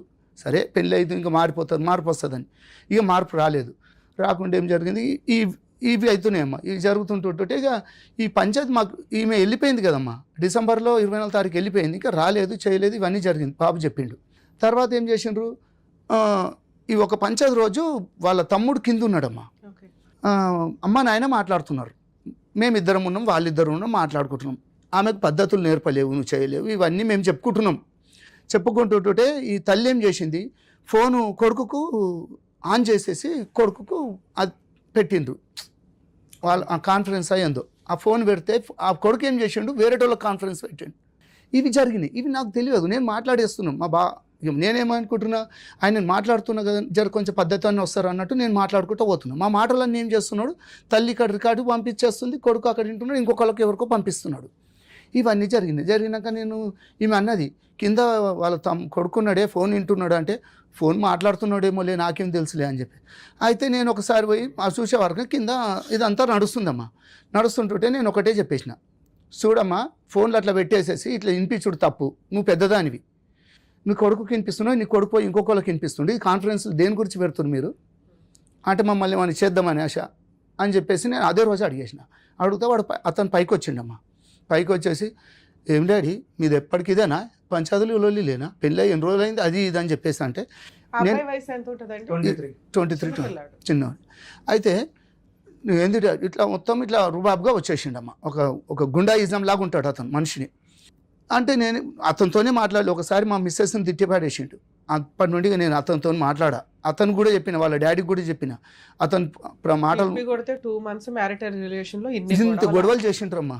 ఏమి అన్నిటి కొత్తుకుంటూ పోయినా నేను వద్దు వద్దు వద్దు వద్దు అనేసి. ఇంతవరకు నేను అయినా ఇప్పటికి ఓపికతోనే ఉన్నానమ్మా. సార్ ఇప్పుడు మీకు కోడలు కావాలా? నేను కావాలని చెప్తున్నాను, కావాలని చెప్తున్నాను. స్టేషన్ లో కేసు ఎఫ్ఐఆర్ అయిందా? ఎఫ్ఐఆర్ ఎట్లా చేసిర్రు? బెయిల్ ఇచ్చారా? స్టేషన్ బెయిల్ అయితే ఏం లేదు. ఎఫ్ఐఆర్ అయిందమ్మా, అంతవరకే వచ్చింది. అయితే మాకేం జరిగింది, ఒకసారి కౌన్సిలింగ్ జరిగింది కదమ్మా, అక్కడ కూడా 30 మందిని పెద్ద మనుషుల్ని పెట్టుకున్నామమ్మా. వాళ్ళ బాబాయ్ వాళ్ళు ఒక లాయర్లు వాళ్ళు కూడా వచ్చిర్రు. అయితే మనకు మా నుండి నేను కులపొల్లని, తర్వాత మా అక్కజలని, వీళ్ళు మాది ఒక 20 మంది, మేము వాళ్ళు 30 మంది వచ్చినామమ్మ. వచ్చి ఒక టెంపుల్లోని కూర్చున్నాం, ఏడ గొడవలు అయితే చేస్తాయి అన్నట్టు. అయితే కుర్రోడు ఏం చేసిండు, ఆల్రెడీ కొంతమందిని బయట పెట్టుకున్నాడు. ఇక మేము అవన్నీ మాకు వద్దులే అనేసి మాదేదో మాట్లాడుకుంటాం, మేము ఇది చేసుకుంటాం. అమ్మాయి కావాలని చెప్పేసి మేము అందరం 11 గంటలకు మాకు టైం చెప్పిండమ్మా. 1:30కు వచ్చారు వాళ్ళు. మాకు ఆకలి అయిపోతుంది, వాళ్ళు తినేసి మెల్లగా వచ్చారు. 1:30 ఒక టైం చెప్పారు, ఒక టైంకి వచ్చారు. అయినా నేను ఓపికతో అందరం బిస్కెట్లు తిన్నాం, కూర్చున్నాం. అయితే మాట్లాడుతూ పెద్ద మనుషులు మాట్లాడుతుంటుంటే కొడుకు తండ్రి ఇంతమంది ఉన్నామమ్మా. పిల్లగాడు నా కొడుకు మీదకి ఏం రా లంజోడక ఏమో మాట్లాడుతున్నావు అని చెప్పేసుకుంటే పైకి వచ్చేసేసి. పెద్ద మనుషులు పంచాయతీ ఇంతమంది ఉన్నారు, 30 మంది ఉన్నారు. నాకు అప్పుడు ఆవేశం ఆగలేదమ్మా. నువ్వు ఎవడివిరా, నువ్వు అసలు నా కొడుకు మీదకి ఎట్లా వస్తున్నావు? ఇంతమంది 30 మంది ఉండగానే నా కొడుకు మీదకి వస్తున్నావు, నా కొడుకుని చంపుతావు రేపు పొద్దున, నేను పోలీస్ స్టేషన్లో కంప్లైంట్ పెడతాను నేను అని చెప్పేసి. అంటే వీళ్ళందరూ ఏమన్నారు, ఇవి పంచాయతీలా ఇప్పుడు మీరు ఈ లొల్లులు చేసుకొని వస్తారా, మాట్లాడినుకున్నారా అంటే నన్ను కొంచెం బయటకు పోమన్నారు. నన్ను మా బాబుని బయటకు పోయినాక మాట్లాడిరు. వాళ్ళు మాట్లాడుకురు, ఏం మాట్లాడుకుర్రో ఏం కథనో అన్నారు. తర్వాత ఏమన్నారు, ఇక ఎంత చేసినా ఏం చేసినా అమ్మాయి మీ దగ్గర ఉండే పొజిషన్ లేదు, ఉండనని చెప్పిందమ్మా. మా ముంగటే అన్నది. అడిగినాం, మీకు ఏంది మీకు అంటే, మాకు అమ్మాయి అయితే కావాలని నేను అన్నామమ్మా. అమ్మాయి కావాలి, మాకు పెళ్ళి 2 నెలలు కూడా కాలేదా, మా పిల్లగాంది ఏంది ఇది, 2 నెలలకు నేను పెళ్లి చేసుకుని 25-30 లక్షల రూపాయలు ఖర్చు పెట్టుకున్నా. ఎంత గొడవ జరిగి అబ్బాయిని కొట్టి ఎవరైతే బామ్మర్ది కొట్టడానికి వచ్చిండు, కొట్టలేడు. అంత దూరం వచ్చిన కేసులు, మీ వైఫ్ ని తిట్టి, ఈయన్ని తిట్టి, మిమ్మల్ని తిట్టి, ఇలాంటి కేసులు అయినా ఇంకా అమ్మాయి కావాలనుకున్నారా? అమ్మాయి మారుతుంది అని చెప్పేసి మొన్న ఇక ఎప్పుడైతే పోలీస్ స్టేషన్లకు మాకు ఇవన్నీ జరుగుతున్నాయో ఇక మాకు ఎప్పటికొనేది టార్చర్. సరే, ఫుల్ అండ్ ఫైనల్ సెటిల్మెంట్ మాట్లాడుకోపోయారా? అడిగాం మేడం. మాట్లాడితే తర్వాత వాళ్ళకి ఒక దగ్గర 80 lakhs దాకా అప్పులు ఉన్నాయి. ఆ పైసలు డిమాండ్ చేస్తారు. ఫస్ట్ ఏమో 50, అట్లా 50, 100, ఫస్ట్ ఏమో 75 lakhs అడిపించారు, దాని 50 అడిపించారు. మళ్ళీ ఇంకొకళ్ళు వచ్చి మా ఇంటికి వచ్చి సెటిల్మెంట్ మాడితే వాళ్ళ తప్పు అని చెప్పి వాళ్ళని తిట్టేసారు. అక్కడ నుంచి 25కి వచ్చారు. మళ్ళీ ఇంకొక ఏరియా పెద్దవాళ్ళు ఇప్పుడు అవుతుంటే అతను పెద్ద మనిషి వచ్చేసరికి ఆయన కూడా వాళ్ళ తప్పు అన్నందుకు మళ్ళీ లాస్ట్కి వాళ్ళు ఇప్పుడు ఎంత 20కి వచ్చారు. నేను ఒకటే అన్నా 9 రూపాయి అయితే ఇచ్చేది లేదు, మా తప్పులు లేవిడ, అందరు తెలుసు కాబట్టి తప్పులు మీ ఉన్నాయని చెప్పేసి మీకు సపోర్ట్ చేయకుండా నీ పిఎస్ సెటిల్మెంట్. మరి మీకు రావాల్సిన ఎంత నాకు వచ్చేదైతే అందులో ఏం చేసిండమ్మా, మాకు ఒక 5 లక్షల రూపాయలు ట్రాన్సాక్షన్ చేసిండమ్మా. అంటే 5 లక్షలు ట్రాన్స్ఫర్ చేసిండు. ఏది నాకు ఫస్ట్ ఇచ్చిన అమౌంట్ ఉంది కదా, అది పెళ్ళి అయినాక 1 week 15 days నాకు అమౌంట్ ట్రాన్స్ఫర్ చేసిండు, నా అకౌంట్లోకి ట్రాన్స్ఫర్ చేసిండు. నేనేమన్నా అంటే, చూడు బావ, ఇది నాకు ఇచ్చింది, నేను ఇచ్చిన అమౌంట్కు నువ్వు ట్రాన్స్ఫర్ చేసారు అని మీరు అనుకుంటే అట్లా వాళ్ళే ఉద్దేశంతో ఇచ్చారు. అది అడగాలి. నేను అదే అడిగినమ్మా. అది అడిగితే ఆయన ఏమంటాడు, నీ పైసలు నేను తర్వాత ఇస్తా, ముందైతే ఇవి పెట్టుకోండి. ఆయన దృష్టిలో మీ దృష్టిలో క్లారిటీ వచ్చేసింది ఏమని, ఇదైతే ఫస్ట్ ఉంచుకో, దీనికి అప్పుకి సంబంధం లేదు, అవి తర్వాత ఇస్తాను, ఇవి పెళ్లి ఖర్చులు కొంచెం అన్నట్లే చెప్పాను అన్నాడు. అంటే నేనేమన్నుంటి, అయితే ఇది జరిగింది కదమ్మా, పెళ్ళి అయిపోయినాక ఇవి పంపించి నేను ఊరుకున్నా. మామూలుగా మళ్ళీ ఇంకా కొన్ని డబ్బులు అడుగుతుంటే ఆ డేట్లతో సహా నేను నా దగ్గర అవి ఇచ్చుకుంటూ వచ్చినట్టు. ఒక రోజు ఏం చేసిండు అంటే, లాస్ట్ ఫైనల్ పేమెంట్ అమ్మ, ఇది ఒక 1,50,000 కావాలని చెప్పేసి కూర్చున్నాడు.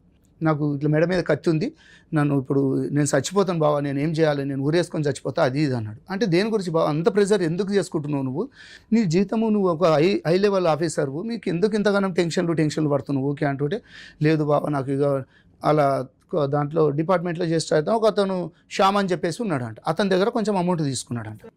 పోలీస్ స్టేషన్ లో ఫుల్ అండ్ ఫైనల్ సెటిల్మెంట్ కి వాళ్ళ దగ్గర నుంచి ఒక ప్రపోజల్ వచ్చింది. మీరేమన్నా ఒక చిన్న ప్రపోజల్ ఇచ్చి వదిలించుకుందాం అనుకుంటున్నారా? దానికోసం ఆగొచ్చు కదా, ఇక్కడ దాకా ఎందుకు వచ్చారు?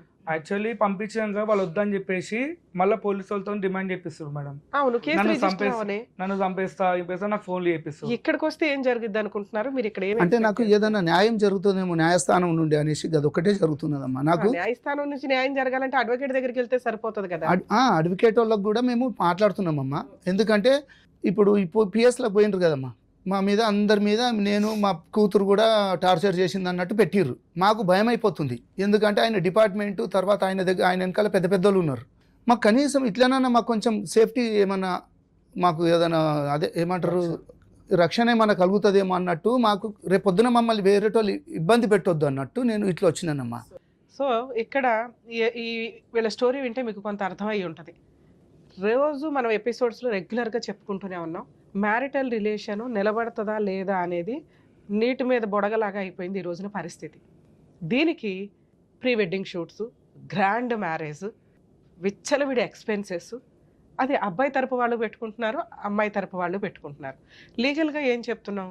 రిజిస్టర్ మ్యారేజ్ చేసుకోండి, ఇటు 10 మంది అటు 10 మంది, తర్వాత రిసెప్షన్ పెట్టుకోండి, ఇద్దరు ఈక్వల్గా వేసుకోండి, ఇది లీగాలిటీ.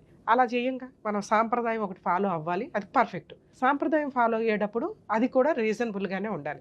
సాంప్రదాయపరమైన ఎక్స్చేంజ్లు ఏమన్నా జరిగితే అది డౌరీ కాకుండా, బట్టలు మేము 50,000 పెట్టామండి, వాళ్ళు ఒక రింగ్ పెట్టారు, మేము రింగ్ పెట్టాం, మాకు పెళ్లి ఖర్చులు ఇంత అయింది, వీళ్ళకి రిసెప్షన్ ఖర్చులు ఇంత అయింది, ఇవన్నీ కూడా కోర్టు సాంప్రదాయ ఎక్స్చేంజ్ల కిందే చూస్తుంది.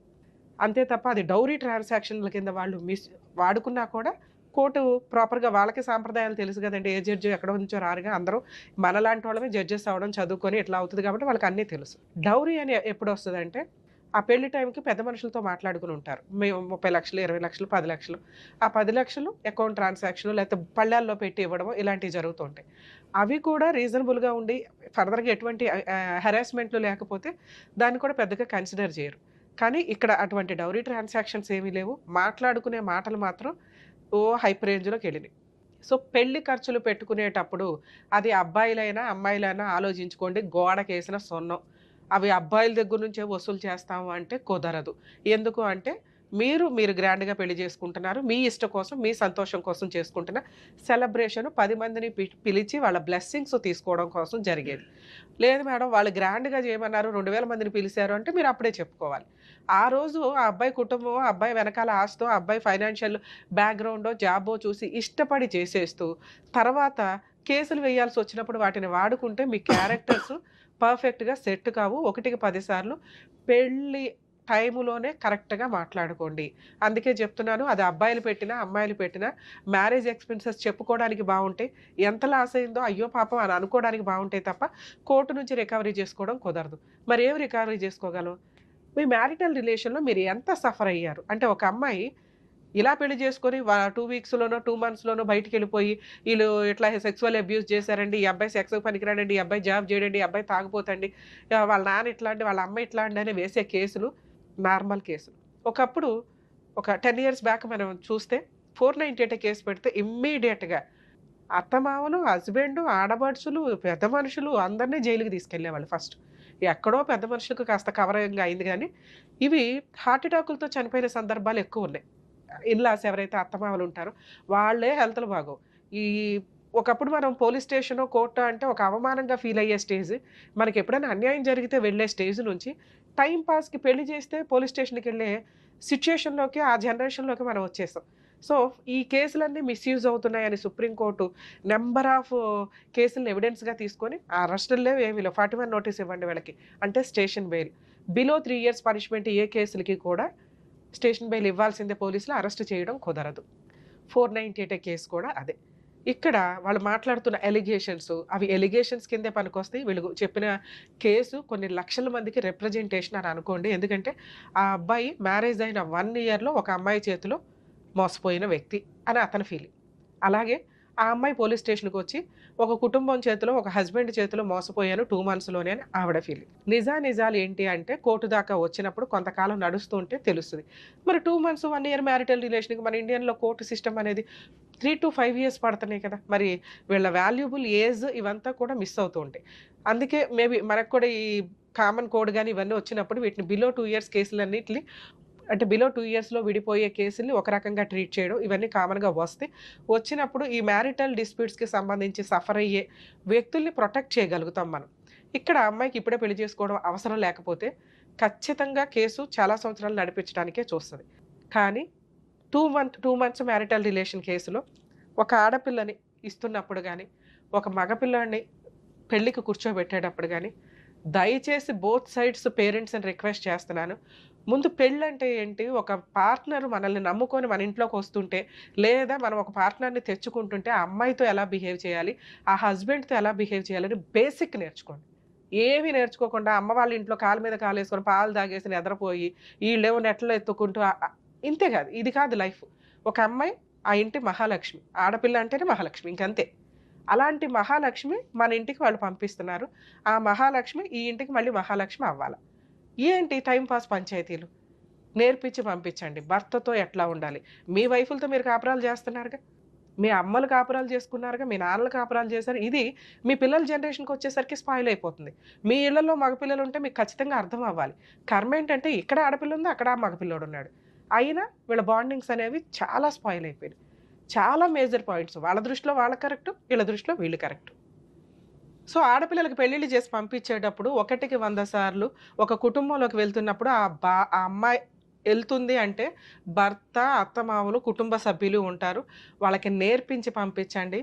పనమ్మాయి కింద కాదు, ఆ ఇంటి మహాలక్ష్మిలాగా వెళ్తుంది, బాధ్యతలన్నీ ఉంటాయి. మీ అమ్మాయి ఎంత బాగా చేసిందో నువ్వు కూడా ఆ ఇంటికి వెళ్ళి మా పరువు నిలబెట్టాలి తల్లి. పని ఇక్కడ కాలు మీద కాలు వేసుకొని కూర్చొని పాలు తాగినా కూడా అక్కడికి వెళ్ళి ఆ పాలు నువ్వే కాసి ఆ కుటుంబ సభ్యులందరికీ ఇవ్వాలి. వాళ్ళ కుటుంబ గౌరవం నీ మీద ఆధారపడి ఉంటుంది అని నేర్పించి పంపించండి దయచేసి. కాపురాలు నిలబడాలి అంటే, ఎందుకంటే కొంతకాలం తర్వాత పెళ్ళిళ్ళు చేసుకోవడానికి భయపడి ఎవ్వరూ పెళ్ళిళ్ళు చేసుకోరు. అలాగే ప్రెగ్నెన్సీలు వచ్చినప్పుడు ఈ తింగర మాటలు కొన్ని నడుస్తూ ఉంటాయి ఇష్టం లేకపోతే. సో అది ఓకే, అది వాళ్ళ పర్సనల్ విషయం. కానీ కంటిన్యూ అయ్యే ఉద్దేశం ఉంటే పిల్లలున్న కేసుల్లో అన్నెసరీగా విడిపోవద్దు, 100% కలిసి ఉండడానికే చూడండి. ఇక అబ్బాయిల విషయానికి వస్తే, ఒక పిల్ల 20 ఏళ్ళు 25 ఏళ్ళు ఒక ఇల్లు అలవాటైపోయి, చుట్టాలు అలవాటైపోయి మన ఇంట్లోకి వస్తుంది. మనం అందరం కొత్త వాళ్ళమే, ఒక్క హస్బెండ్ తప్ప. హస్బెండ్లు చేసే మేజర్ మిస్టేక్స్ ఏంటంటే, అమ్మ ఏమనుకుంటుందా, నానేమనుకుంటారా అని ఆ అమ్మాయితో టైం స్పెండ్ చేయరు, ఆ అమ్మాయితో మాట్లాడరు. వీళ్ళు ఒక గ్రూప్ వేసుకొని హాల్లో కూర్చొని మాట్లాడుకోవడం. ఆ అమ్మాయి కొత్త అమ్మాయి, కలవడానికి మీ మాటలు వినటానికి ఆ అమ్మాయికి 2-3 ఇయర్స్ పైనే పడుతుంది. అటువంటి అమ్మాయి వన్స్ కోడలుగా వచ్చినాక మన ఇంట్లో పని అమ్మాయిలాగా ట్రీట్ చేసేయాలి అని అనుకుంటే మీ చుట్టాలతో కలవడం అమ్మాయికి కుదరదు. మీ పోసిబుల్ కబుర్లు అమ్మాయికి అర్థం కూడా కావు. ఆ అమ్మాయికి ఫస్ట్ వ్యక్తి భర్త. భర్తతో కొంచెం టైం మాట్లాడగలదు, మిగతా టైం ఏం చేయగలదు అంతవరకే. కొంచెం అమ్మాయిని అండర్స్టాండ్ చేసుకోండి. వచ్చి రాగానే మన పద్ధతులు నేర్చేసుకోవాలి, మన ఇంట్లో సర్దుపోవాలి, మన కుటుంబాన్ని నెత్తి మీద వేసేసుకోవాలంటే పిల్ల పిచ్చుకలు వీళ్ళంతా. వీళ్ళకేమి ఒకప్పుడు అంటే 15 ఏళ్ళకే పెళ్ళి అంటేనే ఒక బొమ్మలాట దగ్గర నుంచి నేర్చేసుకొని భర్త కావాలి, అత్తమామలు కావాలి ఇట్లా ఉండేది. ఇప్పుడు అట్లా లేదు, పెళ్ళి అంటేనే భయపడిపోతున్నారు ఆడపిల్లలు. అలాంటి ఒక అమ్మాయి మన దగ్గరకు వచ్చినప్పుడు కొంత ప్రొటెక్టివ్గా చూసుకొని, మన అబ్బాయికి అవసరం, మన అబ్బాయి ఫిజికల్ నీడ్స్ తీరాలన్నా, మన కుటుంబం ముందుకెళ్ళాలన్నా, మనకి వారసులు రావాలన్నా, మన ఆస్తి వేస్ట్ అయిపోకుండా ఉండాలన్నా అమ్మాయి అవసరం కాబట్టి, కోడలు అవసరం కాబట్టి, కోడలు అపురూపం అనుకొని ముందే నేర్పించుకోండి. అరే ఈ కాపురం పోతే మళ్ళీ ఎవరో సెకండ్ హ్యాండ్ని చేసుకోవాల్సి వస్తుంది, అప్పుడైనా ఇదే పంచాయతీ కదా, ఆ సర్దుకునేదేదో ఇప్పుడే సర్దుకుందాం అని ముందుగా ఆలోచించి అబ్బాయిల్ని ప్రిపేర్ చేసి ఉంచండి. ఆ అబ్బాయికి భార్య తర్వాతే తల్లిదండ్రులు, భార్య, ఆయన పిల్లలు, ఒక కుటుంబం, ఇంతే. తల్లిదండ్రులు నచ్చకపోతే అబ్బాయి కాపురం కోసం దూరంగా ఉండడానికి కూడా వెనకాడొద్దండి. ఎందుకంటే కాపురం పోయినాక అబ్బాయి మీ ముందు ఉండి ఉపయోగం ఏముంది. కాపురం నిలబెట్టడానికి ఎన్ని పనులు చేయగలగాలో అంతా తగ్గండి, ప్రాబ్లమే లేదు. ఎందుకంటే మనం అనుకుంటాం మన సాంప్రదాయం ఫాలో అవుతున్నాగా, లీగాలిటీని ఫాలో అవ్వట్లేదు కదా, రిజిస్టర్ మ్యారేజ్ చేసుకోమంటే చేసుకోరు. మరి సాంప్రదాయం ఫాలో అయినప్పుడు ఆ స్టేజ్ ఏంటిది? ఇద్దరు శివుడు పార్వతి కూర్చొని చేసుకునే ఒక పెళ్ళి, మన అంతా వెళ్ళి అక్షింతలు వేసేది ఆ బ్లెస్సింగ్స్. పుట్టుక్కుని సంవత్సరం అవగానే విడిపోయి చేస్తున్నారు. ఏ రకంగా ఇదంతా వర్కౌట్ అవుతుంది? వేరే కంట్రీస్ అన్నీ మన కంట్రీ వైపు ఎందుకు చూస్తాయో తెలుసా? మన సాంప్రదాయాలు, మన ఆచార వ్యవహారాలు, మన బాండింగ్స్, భార్యాభర్తల బాండింగ్స్, కుటుంబ బాండింగ్స్ అవి మొత్తం స్పాయిల్ అవుతున్న సందర్భంలో కొట్టుమిట్టాడుతున్న కోర్టులు కిరకిటలాడుతూ ఫ్యామిలీ డిస్ప్యూట్స్ తోటి ఒక కేసా, ఒక డిస్ప్యూటా, 5 కేసులు ఫైల్ అవుతాయి. ఇక్కడ వీళ్ళు భయపడుతున్నది ఏంటంటే స్పాయిల్ అయిపోయింది. ఏమీ చేయలేము. ఎందుకంటే పోలీస్ స్టేషన్ దాకా వచ్చినప్పుడు సుప్రీంకోర్టు గైడ్ లైన్స్ కౌన్సిలింగ్లు ఇవ్వమని. ఆ కౌన్సిలింగ్లోనే ఇక్కడ అర్థమైపోతుంది ఆ అమ్మాయికి డే 1 నుండి ఇష్టం లేదు. దయచేసి కనుక్కోండి, ఈ రోజున ఆడపిల్లలు బయటికి చెప్పట్లేదు, వాళ్ళకు ఫ్రెండ్స్ ఉంటారో, వాళ్ళకు పర్సనల్ లైఫ్ ఉంటుంది, వాళ్ళకి ఇష్టం లేకపోతే ఇష్టం లేదు అంతే. ఆ అమ్మాయిని తీసుకొచ్చి బలవంతంగా అసలు అన్నీ నేర్పించి పంపించిన అమ్మాయే సరిగ్గా కాపురం చేయదు. ఇట్లా బలవంతంగా మీ సొసైటీ కోసం, గుడ్విల్ కోసం, లేకపోతే అవతల వాళ్ళ కుటుంబం బాగుంది, ఫైనాన్షియల్గా సెట్ అయ్యారని చెప్పి బలవంతంగా పంపిస్తే ఇలాగే ఏడుస్తాయి. ఎవరి లైఫ్ ఇక్కడ స్పాయిల్ అయినట్టు? మీ అమ్మాయికి ఇష్టం లేదు, హ్యాపీ, కానీ ఒక అబ్బాయి లైఫ్ స్పాయిల్ అయిపోయిందిగా. సొసైటీలో ఎలా చెప్పుకోగలుగుతాడు? ప్రెగ్నెన్సీ వచ్చింది, 2 monthsకే భార్య వెళ్ళిపోయా, అయినా బతులాడి తెచ్చుకున్నాడు, ఏం చెప్పుకుంటాడు? ఏం తప్పు ఉంది ఇక్కడ? లేకపోతే కామన్గా వేసే డైలాగులు ఏంటో తెలుసా? అబ్బాయి సెక్స్గా పనికిరాడండి అని. ఇక్కడ అది కూడా ప్రూవ్ చేసుకున్నారు. అయినా విడిపోయిన కాపురం ఇప్పుడు పెద్దగా అయిపోయింది విషయం. యాక్చువల్గా ఇట్లాంటి కేసులు కలపడానికి ఎక్కువ ఛాన్స్ ఉంటే ట్రై చేయాలి మనం, కానీ ఇక్కడ ప్రొటెక్ట్ చేయాల్సింది ముందు త్వరగా వదిలించుకోండి, కోర్టుల చుట్టూ తిరగకుండా. 3 ఆప్షన్స్లో ఒక ఆప్షన్ ఎగిరిపోయింది, ఎట్టి పరిస్థితులు వీళ్ళు కలవడం కుదరదు. ఇక 2 ఆప్షన్స్లో ఫైనాన్షియల్ సెటిల్మెంట్లు. ఇప్పుడు తను ఒక మాట అన్నాడు, మేడం మేము ఎందుకు ఇవ్వాలి, మా దగ్గరే బోల్డంత డబ్బు తీసుకున్నారు, మేమే తప్పు చేయలేదు, కోర్టుల చుట్టూ మమ్మల్ని తిప్పి మా లైఫ్ని స్పాయిల్ చేయడానికి. యాక్చువల్గా పాపం ఆడపడికి సంబంధమే లేదు, ఆడపడుచు వాళ్ళ ఆయన, పక్కింటి వాళ్ళు, ఎదురింటి వాళ్ళు ఎవరైనా పేరెంట్ మాట్లాడితే ఆడకు కూడా పెడుతున్నారు. అయినా పోలీసులు తీసుకోవట్లేదండి, కొంచెం జ్ఞానంగానే ఆలోచిస్తున్నారు. సుప్రీంకోర్టు ఊరుకోవట్లేదు ఎవరిని. ఒకవేళ అలాంటి ఎవరి పేర్లైనా పెడితే హైకోర్టు క్వాష్ పిటిషన్ వేసుకోండి, వాళ్ళ పేర్లు తీసేస్తారు.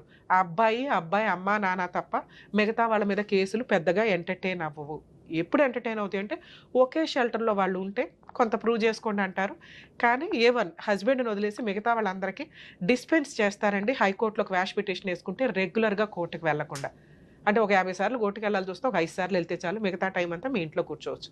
కానీ కోర్టుల చుట్టూ తిరిగితే వచ్చే న్యాయానికి మన వాల్యుబుల్ టైము, ఫైనాన్షియల్, కరెక్ట్ అడ్వకేట్లు దొరకపోతే సినిమా, ఇవన్నీ ఉంటాయి. కాబట్టి కొంచెం సెటిల్మెంట్లకి వెళ్ళండి, మీ ఏజ్ని స్పాయిల్ చేసుకోవద్దని చెప్తాం. ఇక్కడ సెటిల్మెంట్ ప్రాసెస్ కూడా మనం మాట్లాడదాం. వీళ్ళ అదృష్టమో వీళ్ళ కర్మో, అక్కడ డిపార్ట్మెంట్కి సంబంధించిన వ్యక్తి ఇప్పుడు ప్రజెంట్ ఏఎస్ఐ క్యాడర్లో ఉన్న మాంగారు వదిలేస్తారా?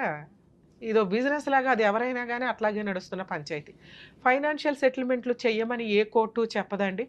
ఈ కేసులో 100% ఆ అమ్మాయికి చిల్లిగవ్వ కూడా రాదు. 2 months మ్యారిటల్ రిలేషన్ కోసం ఆవిడ మెయింటెనెన్స్ కేసు వేసుకున్నా కుదరదు. ఎందుకంటే వాళ్ళు చేసిన పెద్ద మేజర్ బ్లండర్ మిస్టేక్ ఏంటంటే, ఇదిగోండి మా అమ్మాయి జాబ్ చేస్తుంది, ఇదిగోండి 12 లక్షలు పర్సనల్ లోన్ తీసుకునేంత క్యాడర్లో అమ్మాయి ఉన్నప్పుడు అమ్మాయికి మెయింటెనెన్స్ రాదు. లోన్ అప్లై చేసేసి తీసేసుకున్నాం, ఇప్పుడు జాబ్ పోయిందన్న కోర్టు కన్సిడర్ చేస్తారండి. ఎట్టి పరిస్థితుల్లో అమ్మాయికి మెయింటెనెన్స్ రాదు. ఒక అమ్మాయి గెలిచే కేసు మీ కేసులో అదొక్కటే, అది జరిగే పని కాదు. వీళ్ళకి బుద్ధి చెప్పాలి, నాకు ఇప్పుడే అర్జెన్సీ లేదు అనుకుంటే ఆడతా పాడతా ఫైట్ చేసే కేసు. మీకేంటంటే సొసైటీలో ఉన్న అన్ని కేసులు మనయ్యేనేమో అని మనకు కంగారు పడడం వల్ల వీళ్ళు ఏదైతే ఆయన ఒక కార్డు వేసుకొని తిరుగుతున్నారో అదేదో గొప్ప అని మీ ఫీలింగ్ తప్ప పెరటి చెట్టు వైద్యానికి పనికిరాదండి. అలాగే ఆయన ఏమీ చేయలేడు ఈ కేసుల్లో. ఒక నార్మల్ ఫాదర్ అమ్మాయి తరపున వెళ్ళిన వ్యక్తికి ఉన్న రెస్పెక్ట్ కంటే వీళ్ళకి తక్కువే ఉంటుంది. వీళ్ళు పోలీస్ స్టేషన్లకో కోర్టులకో వెళ్ళి బతులు ఆడుకోవడానికి ఇబ్బంది పడతారు. అర్థమవుతుందా మీకు? ఆ లాజిక్ తెలియట్లా. ఫోన్ చేసి మా అమ్మాయికి వేసేయండి అంటే ఒకరోజు ఎంటర్టైన్ చేస్తారు, 2వ రోజు ఎంటర్టైన్ చేస్తారు, 3వ రోజు చీప్గా చూస్తూ ఉంటారు. ఈ కాపురాన్ని ఏదో సెటిల్ చేసుకోలేకపోయాడు, కేసుల దాకా వస్తుంది. ఎందుకంటే కోర్టులో మీకు అది ప్లస్ పాయింట్. డిపార్ట్మెంట్ మామగారు ఏమన్నా చేసి ఉండొచ్చు, ఆ రకంగా మీకు ప్లస్ పాయింటే, అది మైనస్ కాదు. 2, ఆ అమ్మాయి domestic violence case 498 case, maintenance వేస్తే వేయొచ్చు, మెయింటెనెన్స్ గెలవదు, 498 గెలవదు, డొమెస్టిక్ వైలెన్స్ గెలవదు. ఇప్పుడు మీరు చెప్పినవి నిజాలైతే. నెక్స్ట్ డైవర్స్ కేసు, ఆ అమ్మాయి రాను అంటుంది కాబట్టి 1 year కంప్లీట్ అయింది, మీరు డైవర్స్ వేసుకోండి. మేడం మరి సెటిల్మెంట్ బెటర్ అన్నారు కదా, మీరు ఏ రకంగా సెటిల్మెంట్ బెటర్ మేడం, మేము న్యాయ పోరాటం చేయాలనుకుంటున్నాం. ఈ న్యాయ పోరాటం చేయడానికి మీకు మంచి లాయర్ కావాలి, దానికి కొంత ఎక్స్పెన్సెస్ అవుతాయి, మాకు ఇదే బెటర్ మేడం అంటే తక్కువ 2-3 yearsలో మీ కేసు అయిపోతుంది. అర్థమవుతుందా? క్లోజ్ అవుతుంది. ఇలాంటి వాళ్ళకి ఇవ్వకూడదని నా ఉద్దేశం కూడా. ఎందుకంటే ఊరికే పెళ్ళిళ్ళు చేసుకొని అటు ఇటు అంటే అవ్వదు కదా. నీకెంత ఖర్చు అయిందో వాళ్ళకి అంతే ఖర్చు అయింది. కానీ ఇక్కడ కొన్ని చిన్న లూప్ హోల్స్ మాట్లాడుకుంటే ఆ అమ్మాయి ఫిజికల్గా కొంత మీతో పిల్లల్ని కనటానికి కూడా ఇదయ్యింది. అలాగే ప్రాపర్టీ గురించో ఇంకొకటి గురించో వాళ్ళ అబద్ధాలు చెప్పినప్పుడు మీరు కూడా కొంత అడిగారు. అడగటం మీ హక్కే. పెళ్ళిళ్ళ టైంలో మీరు ఏది మాట ఇస్తారో అది పెళ్లి టైంకి చేసేయండి. ఆ విషయాల మీద గొడవలు పడి అనవసరంగా కాపురాలను నాశనం చేసుకోవద్దు. పెళ్ళప్పుడు ఏదో ఎచ్చులుగా చెప్తారు, మేము ఇది ఇస్తాం, అది ఇస్తాం, అది ఇస్తాం అని. పెళ్లి టైంకి ఇచ్చి పడేయాలి. అది దాన్నే స్త్రీధనం అంటారు. ఆ పిల్ల తీసుకొని వెళ్ళటం అనేది ఆ టైంకి ఆ అమ్మాయికి ఇష్టం.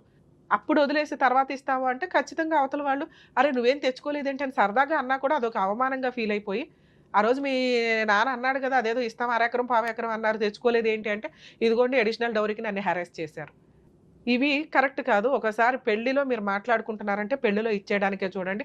అబ్బాయి తరపు వాళ్ళు తల్లిదండ్రులు ఎవరైతే ఉన్నారో కొంచెం లాజిక్ ఆలోచించండి. పెళ్లి ఇంకో 10 రోజులు పోస్ట్‌పోన్ చేసుకోండి గానీ, లేదా వద్దనుకోండి. మాకేం వద్దు అమ్మాయి వస్తే చాలు. ఏదైనా కావాలి ఆళ్ళు ఇస్తాము అంటే ఆ టైంకి ఇవ్వండి.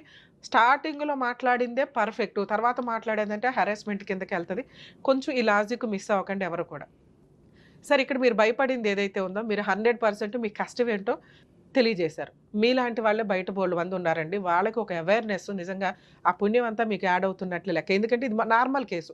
మీకున్న ఫైనాన్షియల్ కెపాసిటీకి మీరు మంచి లాయర్‌ని పెట్టుకొని కూడా ఫైట్ చేయొచ్చు.